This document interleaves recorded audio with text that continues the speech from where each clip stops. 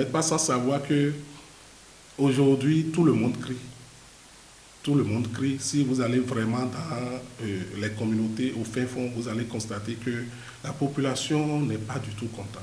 Allez dans les marchés, vous allez constater que les bonnes dames crient ras-le-bol, comme quoi les denrées alimentaires coûtent excessivement cher. Les produits de première nécessité également sur le marché coûtent excessivement cher. Nous allons vers des bonnes dames qui nous disent que vraiment, si on peut porter leur voix auprès de l'autorité pour que les dames qui souffrent réellement, d'accord, puissent avoir une solution pour que si l'État peut leur apporter une subvention, d'accord, et sur les produits dans les marchés, dans les boutiques, pour qu'ils puissent acheter ces produits à un prix raisonnable. Parce que nous avons constaté également qu'il y a certains commerçants véreux qui augmentent les prix, alors que les prix normalement sont réglementés.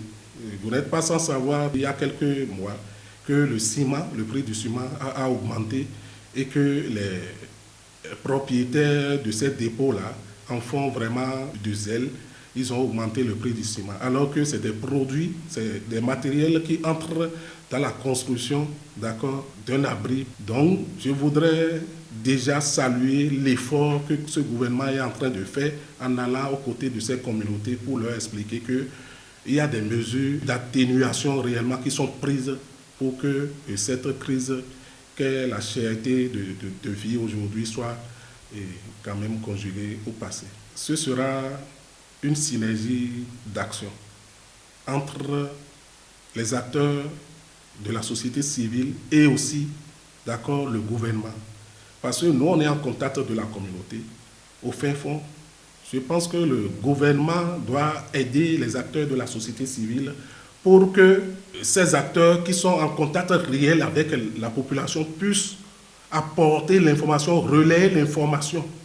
Comme quoi, les mesures qui ont été prises, d'accord, ces mesures iront en faveur de ces bonnes dames et que le gouvernement est en train de s'échiner quand même pour faire quelque chose.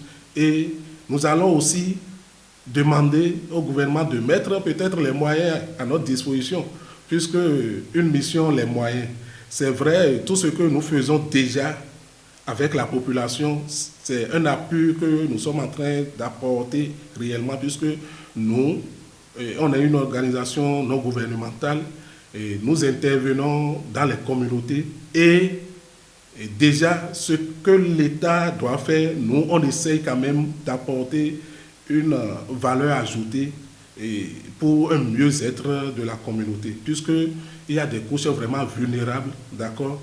Et qu'est-ce que l'on doit faire? Ce n'est que ces actions concertées qui vont permettre à la société civile d'apporter un plus à la communauté. Je voudrais demander au gouvernement de faire réellement ce travail-là à travers le ministère qui est en charge du commerce. Aussi, nous allons demander aux acteurs, aux représentants des consommateurs de lutter farouchement contre cette pratique qui vise à pratiquer des prix supérieurs, d'accord, au prix quand même fixé par le gouvernement. Puisque dans notre pays, il y a la réglementation des prix, je voudrais demander au ministère qui s'en charge réellement de renforcer ses actions sur le terrain pour décourager ces commerçants ou bien ces personnes qui ne collaborent pas ou bien qui veulent déstabiliser les actions que mène le gouvernement.